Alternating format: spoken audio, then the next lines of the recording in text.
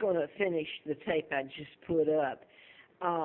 This is Friday morning, the 27th of February. I wrote about mind control murders in 76 to April Fool Day of 80 when I had antifreeze put in me. I'd worked for a doctor who found out, well, there was more to it than that. This goes way back. I knew that murders were being done.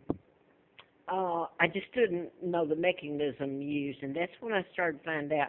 The doctor who I worked for, one of them, was he put a chip in a heart bypass, and it was the head of a corporation, and you can remote control them without them knowing it. Their decision-making, and they think it's their decision. You can program them to go out and kill, drive the car into oblivion, have a heart attack and die. And that's what scares people, and that's what, and rather than getting together like the people did in the Trayvon, which that was Zimmerman was a mind control. And I want to insert this here. Somebody goes along and say, well, heck, all these murders are the ones that are on TV. Aren't you just drawing from that? No, I'm not. And yes, I am, because they are deliberately putting the ones up that fit in patterns. So you have to ask yourself about that. Why is the media, the ones they focus on, the mind control murders that do fit in the patterns? They're not telling about me. They're not telling it's mind control. I was at Bedford for these murders, and everybody knew it. He's a German diplomat's son, or at the time of the murders. I don't know if his father may be dead now. His mother is, I believe. Jens Orange was a student at University of Virginia, and so was Elizabeth Hasten. You don't hear anybody talk about them. Everybody here in this court knew that this was mind control.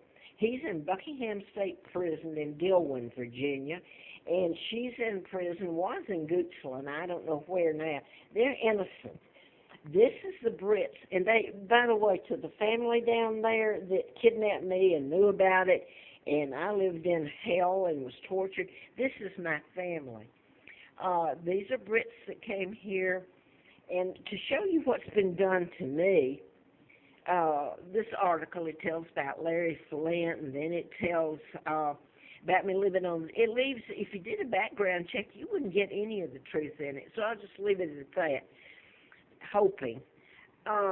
This was the Atlanta Journal, but it came from the Roanoke. By the way, the Atlanta Journal, this is where the Georgia Bureau of Investigation got in on all this.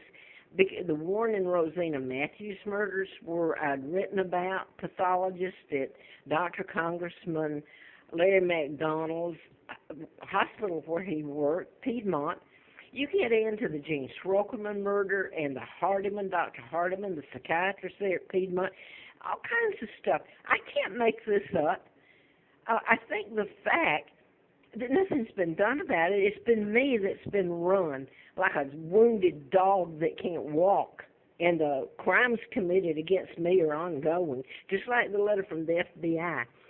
I thought it was because of the book. I didn't know it was because I found out about my kidnapping in '83 and who I am, my real name, and the reason the United States says they don't pay hostage money. They sure received it from me, and I'm still a hostage, and so is Great Britain. So how dare them focus and call? This is one of the things that really infuriates me. I've been not allowed to say my own name even as I gathered all the information and found out. And no media will touch it. They're owned by the Rockefellers, Rothschilds that helped kidnap me, my own uncle, George, the illegal sixth, and Elizabeth, who's a member of the Freemason Illuminati. And yes, she's always known. She's watched and known everything. This is Flint was shot and the person programmed, and I'm going to lose it in trying to get this on the tape. This is one of the twins, their mother. I grew up being given the name of Peggy, the twin. This is me in 43, brought there in 41, and this is Dempsey. The twins born out of wedlock, and this is a glossed over picture, believe me. This woman, Annie Carter, Ezra Carter's wife, Annie Dempsey Carter, told me when I had this on me in a car, I still had a car furnished by Flint. And so this would have been in early '84. She admitted to me, she lived in Carlisle, Kentucky, and worked for military academy there in Lexington. She told me that the family had covered it up. They all knew because Lina would have faced the death penalty, and it would have been told about who I am. And that this woman and her father, it was a forced abdication. My father wasn't even married to Wallace Simpson. He was married to Claudia Ruth O'Keefe. Excuse me. Now I want to say this too, and if it's scattered, I can't help it. I'm going through a lot myself. I can hardly live, and afraid I'm going to be dead. This is about the 99-year seal that was put on my father, which is a total lie. All of it. He was a good man. It was a forced abdication. With the 99-year seal, they covered up my birth, Victoria II, and there was an addendum, just like to my divorce I've mentioned in this, when they tried to kill me, and I tried to get alimony after all those years and had antifreeze put in me just to get me off the street from being raped and everything in the book. They got it in plain sight. Now then, in case I've lost you here, this was a copy a friend of mine got. It was the lies listing them in the 99-year seal. Told about my father when he wasn't married to this American spy. But here, Wallace Simpson, she married a double. Here's what I wanted to focus on. It's been folded and I can't see it, but Anderson Cooper's mother, evidently, Gloria Vanderbilt, was supposed to have dated my father, which I wonder about that now, and why has no one spoken up? But it's got here in reference to Thelma, American twin sister, I believe that's what it is. It's a blank there. It's been folded. Gloria Vanderbilt. You get Thelma, you get names that are threaded throughout this, and you have to wonder if the CIA and the FBI have that many, and the MK Ultra have that much power that they can go this far back, and it's almost like a genealogy sheet itself. Thelma was the name of John Childers that I married. He was CIA, but that was his mother's name.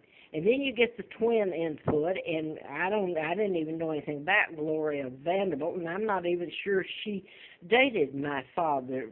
All of this in here is a lie.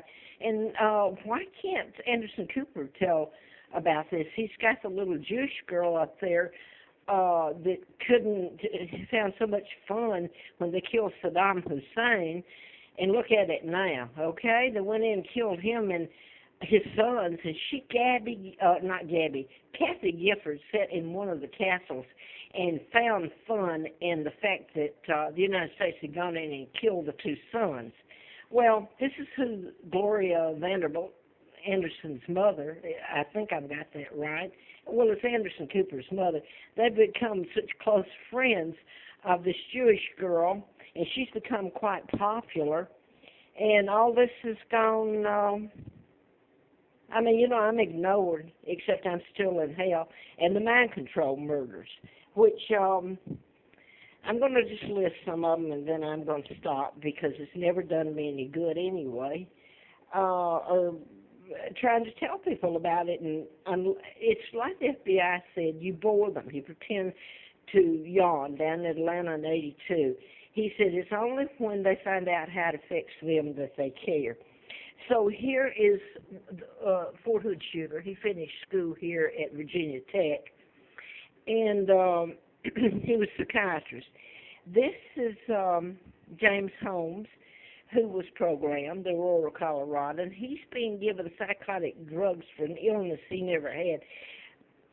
Mind control has nothing to do with mental illness. That's the sickest thing. And this is, I'm going to put this here. He's a retired Virginia State trooper. His daughter was a student at Virginia Tech, and her friend was David Metzler. His father